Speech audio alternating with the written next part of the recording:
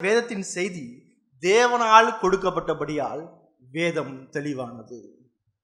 நான் மனித சிந்தனையோடு மனித பார்வையோடு பார்க்கும்போது எனக்கு வேதம் அவ்வளவு தெளிவானதா இருக்காது. ஆனா வேதத்தினுடைய செய்தி தேவனால் பரிசுத்த ஆவியினால் கொடுக்கிறபடியால் வேதம் தெளிவானது என்று சொல்லுகிறோம். வேதம் தெளிவானது என்று சொல்லும்போது நான் இன்னைக்கு ஒரு பகுதியை வாசிக்கிறேன். அந்த பகுதியை நான் வாசிக்கும் போது அந்த பகுதியை நான் புரிந்து கொண்டதுனால் நான் வேதம் தெளிவானது என்று நான் சொல்வதல்ல.